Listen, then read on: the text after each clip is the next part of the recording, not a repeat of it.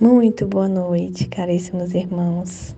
Sejam todos bem-vindos ao Evangelho, Prece e Irradiação do Centro Espírita Cearense. Sejamos mais uma vez gratos pela oportunidade de ouvir e participar desse Evangelho. E hoje, peço em especial aos trabalhadores do Centro Espírita Cearense e seus respectivos familiares, e também por todos aqueles que se encontram aflitos e doentes do corpo e da alma. Que seus corações possam ser afagados e que os ensinamentos de hoje possam nos servir de reflexão da maneira pela qual estamos lidando com as nossas dores e os nossos desafios. E que a prece a seguir possa limpar nossas mentes e nos fazer enxergar o que verdadeiramente devemos ver, perceber e sentir. Então reflitamos com a prece: Jesus, eu confio em Ti. E Ele nos diz: por que te confundes e te agitas diante dos problemas da vida? Deixa que eu cuide de todas as tuas coisas e tudo será melhor. Quando você entregar a mim, tudo se resolverá com tranquilidade, segundo os meus desígnios. Não se desespere, não me dirija uma oração agitada, como se quisesse exigir o cumprimento dos seus desejos. Feche os olhos da alma e diga com calma: Jesus, eu confio em Ti. Evite as preocupações e as angústias e os pensamentos sobre o que pode acontecer depois.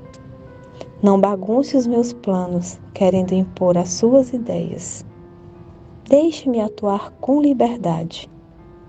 Se abandone confiamente em mim. Repouse em mim e deixe em minhas mãos o seu futuro. Faça a sua parte e diga-me frequentemente: Jesus, eu confio em Ti. O que mais danos te causa são as razões, suas próprias ideias e você querer resolver as coisas à sua maneira. Quando me disser: Jesus, eu confio em Ti, não seja como o paciente que pede ao médico que cure porque ele sugere um modo de fazer. Deixe-se levar em meus braços divinos. Não tenha medo. Eu te amo. Desejo apenas o seu bem e a sua evolução no caminho da luz. Se acredita que as coisas pioram ou se complicam, apesar da sua oração, siga confiando. Feche os olhos da alma e confie. Continue afirmando a toda hora: Jesus, eu confio em Ti. Necessito das mãos livres para fazer a minha obra. Mesmo que a dor seja forte, a ponto de derramar lágrimas nos seus olhos, eu estarei com você e com sua família em todos os momentos. Afirme: Jesus, eu confio em Ti. E confie em mim. Abandone-se em mim, jogue para mim todas as suas angústias e durma tranquilo. Diga-me sempre: Jesus, eu confio em Ti. E verás acontecer grandes milagres. E eu te prometo, por meu amor a você, pois sempre confiarei em Ti.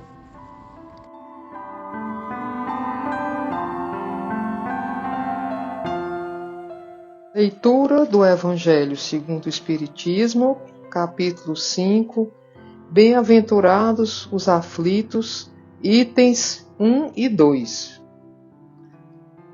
Bem-aventurados os que choram, pois que serão consolados. Bem-aventurados os famintos e os sequiosos de justiça, pois que serão saciados. Bem-aventurados os que sofrem perseguição pela justiça, pois que é deles o reino dos céus. Mateus 5, 4, 6 e 10. Bem-aventurados vós, que sois pobres, porque vosso é o reino dos céus. Bem-aventurados vós, que agora tendes fome, porque sereis saciados. Ditosos sois vós que agora chorais, porque rireis. Lucas 6, 20 e 21.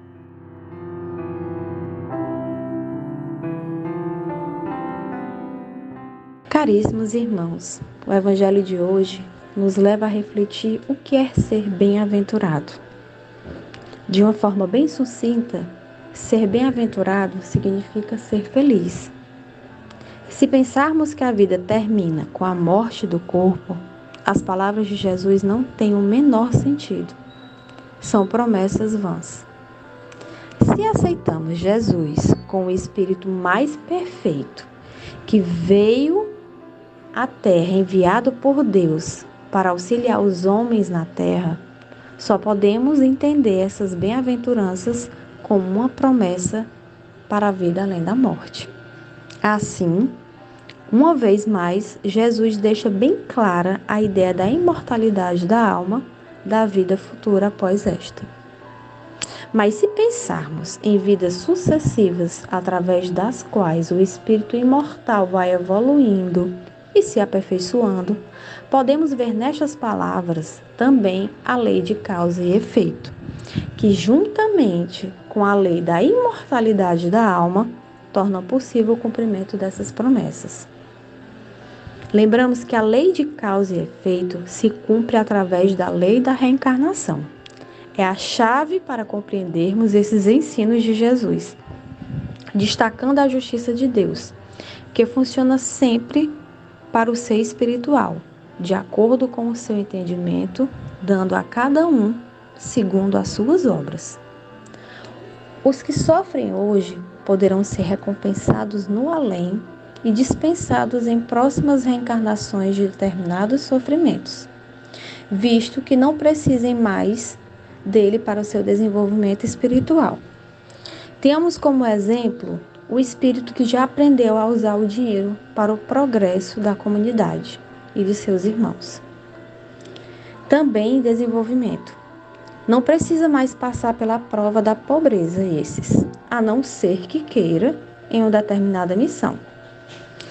As desigualdades socioeconômicas entre os povos e entre habitantes de um mesmo país ou uma mesma cidade mostram-nos a imensa injustiça que vige entre os homens na terra, dando motivo para eternas perguntas como por que uns nascem na miséria e outros na riqueza? Por que para uns tudo é tão difícil e para outros é tudo tão fácil? Por que o mal parece ser sempre recompensador do que o bem? Não encontrando justificativa para tais situações, muitos concluem que essas situações praticamente normais aqui na Terra desmentem a justiça divina. Negam a existência de Deus e a existência do Espírito, considerando que tudo, seja sentimento, emoções, inteligência, criatividade, entre outros, provém da própria matéria, do cérebro. Por isso são chamados materialistas. Outros que consideram existir diferentes formas de adquirir conhecimentos na vida, além da ciência, que cuida apenas dos fatos físicos e materiais, esses buscam encontrar as diversas causas do sofrimento na Terra. São os espiritualistas, que admitem a existência própria e independente da matéria, do espírito e, acima de tudo, Deus. Quem aceita a existência de Deus e nele deposita a sua fé e confiança, tem condições de compreender as aparentes injustiças do viver na Terra, lutando para que desapareçam um dia, através da lei do amor, que é a única capaz de trazer paz e felicidade aos habitantes da Terra. Quem aceita Deus, caros irmãos, como causa primária de todas as coisas e vendo-o na sua própria obra, no próprio dinamismo da vida em todos os seres vivos, não pode deixar de considerá-lo em seus atributos infinitos de perfeição, inteligência, bondade e justiça. Então, não pode atribuir a ele as injustiças dos homens. Há que pensar que deve existir causas para tais aflições que o homem experimenta aqui na Terra. Por isso, Kardec explica no estudo: as vicissitudes da vida têm, pois, uma causa. E como Deus é justo, essa causa deve ser justa. Eis do que todos devem compreender-se. Deus encaminhou os homens na compreensão dessa causa pelos ensinos de Jesus.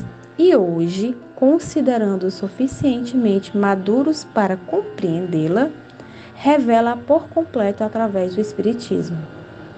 As causas das aflições da vida são de duas origens: as atuais, desta existência, e as anteriores, consequência de atos de vidas passadas, sempre, pois, originadas por quem sofre as consequências e os efeitos.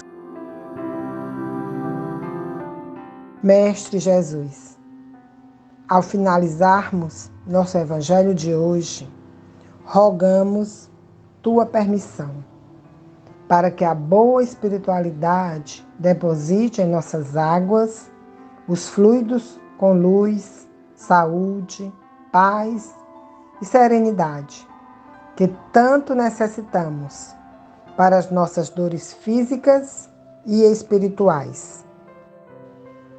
Que possamos repensar nossas ações do dia de hoje para nos fortalecer para um novo amanhecer. Fica conosco, mestre e amigo, que assim seja.